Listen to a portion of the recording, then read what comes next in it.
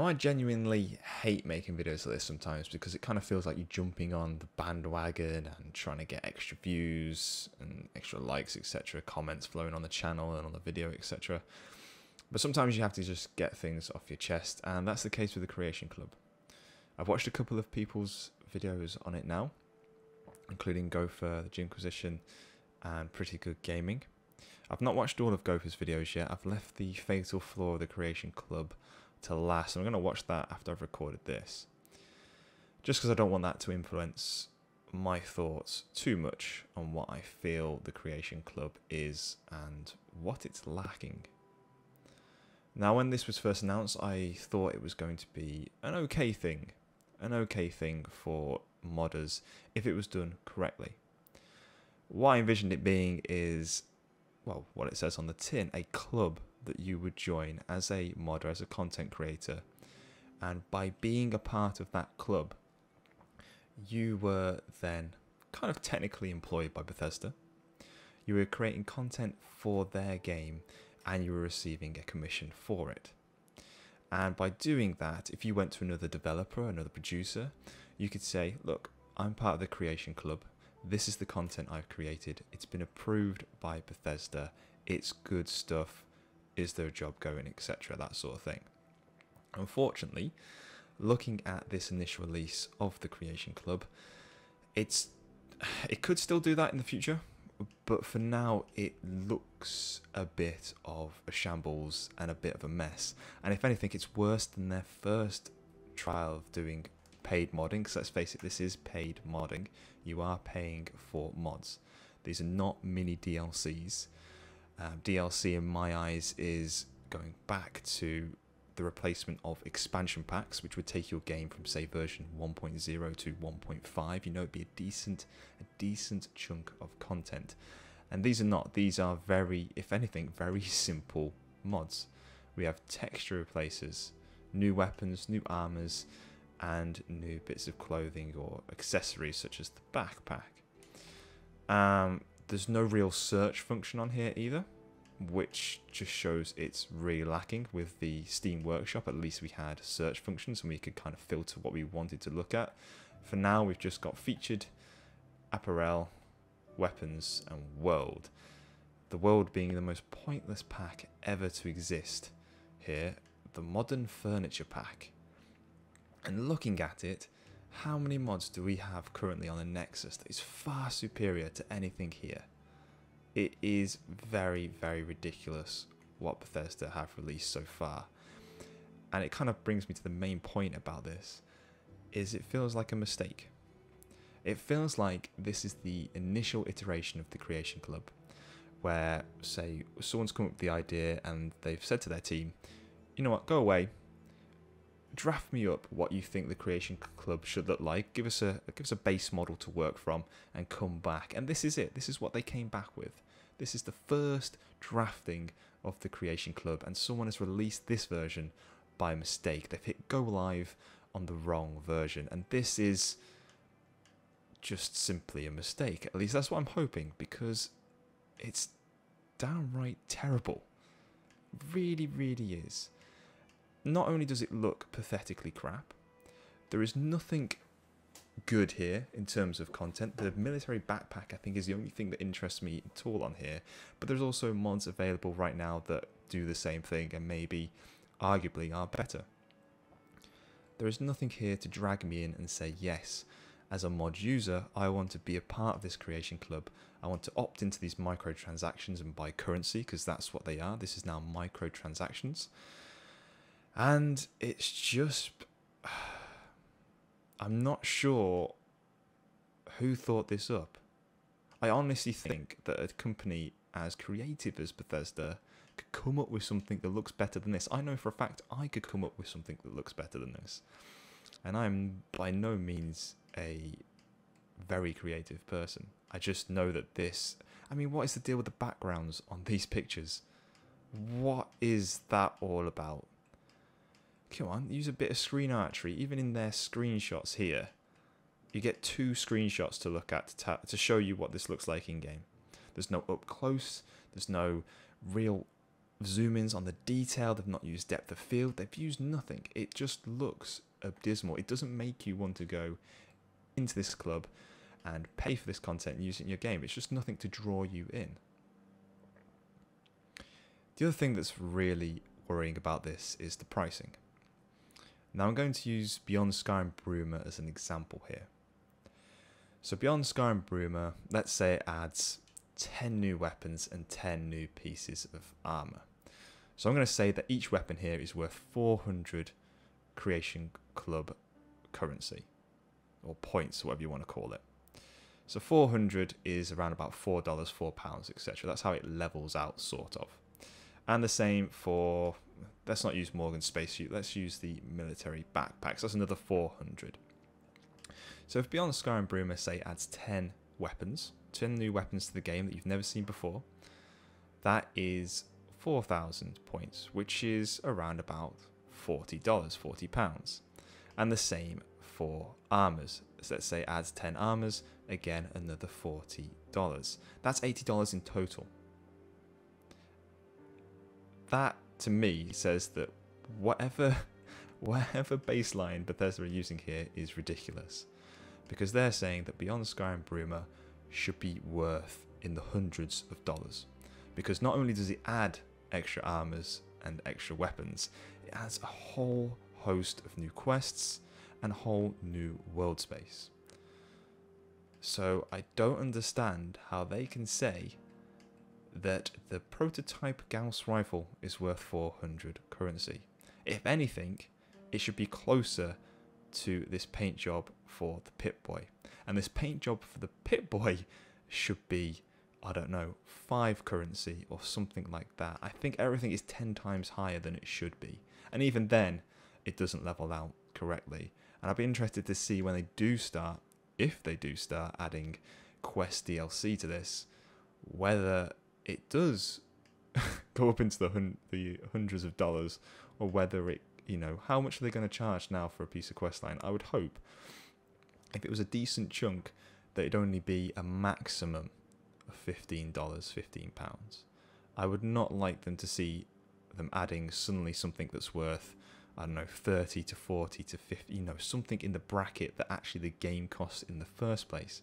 Because let's think about that. That means that that piece of content is going to have to be another Fallout 4.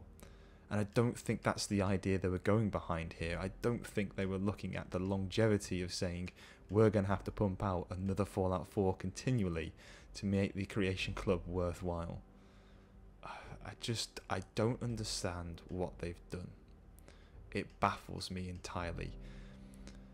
And the last thing that annoys me about this is the fact that even if you don't want to use the Creation Club, you're sort of forced to a certain point to opt in. And by that I mean Fallout 4 has recently updated, which means the executable has updated, which means if you mod Fallout 4, you're going to have to go through your mods. If any rely on a certain version of the executable, they're not going to work now, including the Fallout 4 script extender, which then a ton of mods rely on to work. Luckily, the guys behind that are exceptional, and they've already released an update for this most recent patch, which is good, but I still had to go through some mods just to get to this point before I could get a stable game without it crashing. And for the longest time, I've not really recorded a mod video. I saw a mod on Nexus I really wanted to cover, so I downloaded the mod, installed it, etc. And obviously Fallout 4 had updated, and I needed to rectify my load order and mods that I had. And it was just, Bethesda have forcibly opted me into the Creation Club without my say-so, and I'm not a big fan of that. The other thing is that every time they update this Creation Club, I'm led to believe, watching one of Gopher's videos, that they may have to update the executable every time. Which means, again, we're going to have to go through the rigmarole of checking our load orders, waiting for the team behind the extender to update it, and it's not fair on them, really. They want to move on to bigger and better things, and they're forced by Bethesda to keep creating updates. And the other thing is that all of this content, even though I have not purchased a single thing off here, is in my Fallout 4 directory. It's downloaded the BA2 files and I think a couple of other things and put them in there. And at the moment there is only something like 13 things on here, but that's still a waste of space because I'm not going to use it. And if it keeps downloading everything every time it adds new content, that is going to be a serious waste of space on my SSD, which I like to keep condensed because I like to install as many games as possible on there, especially with games now being quite a sizable chunk. And it's just not on. It really is not on. And I'm looking at the Hellfire power armor here because I feel like this was the trigger for them releasing this. I know they were planning to release this Creation Club around about this sort of time, but I feel that, is it Tumba-Jamba? I'll put their name up on the screen. You know who it is. They're a brilliant power armor and armor modder. I believe they've got Skyrim mods as well, but definitely in Fallout 4 there is some seriously good work there. And they've released the Hellfire power armor, and it is sensational. And let me tell you, looking at the screens here and looking at the screens for their mod, the one that Bethesda produced is absolute garbage. The textures are horrible, it does not look good, and I'm sorry, but you failed. And I feel this was the trigger. I think they saw this on the Nexus and went, oh, holy crap, we're going to lose one of our 13 pieces that we're doing with this. And then someone hastily went, oh crap, release. And this is where we get this initial iteration of the Creation Club that's the wrong version. That's just my honest belief, because that's how bad this is.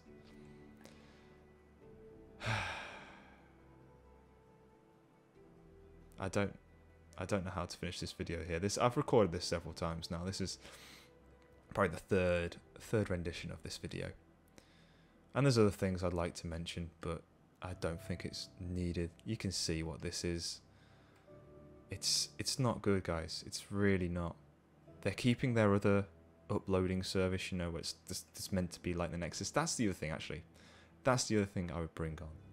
I would I'd be more happy if Nexus decided to do some sort of subscription to get, you know, premium content or something. I'd prefer it if they did it, because they've already got the basis for it. They've already got a fantastic community, a good set of people working on the Nexus and their Nexus mod manager, etc. I'd be more happy for them to do a subscription-based service than this. And I know it would look better. I know it makes sense. For example, if I go on this, there is no rating on here. There is no way to rate this piece of content and say, yes, this is fantastic. Look at this piece of content. It's got 4 stars from 500 odd people. Nope. I don't even know if it's going to be any good. It may be the most pointless, well, I know it's the most pointless piece of crap, but I don't know just by looking at it what this really actually is. And then there's also no comment feature. So I can't even say to people, actually, guys, this isn't worth the money. Report it to Bethesda, say you need to, you know, reduce the cost on this, that sort of thing. There's no comment function, there's no rating. It's pointless. It really is pointless. It is not appealing to a consumer in the slightest.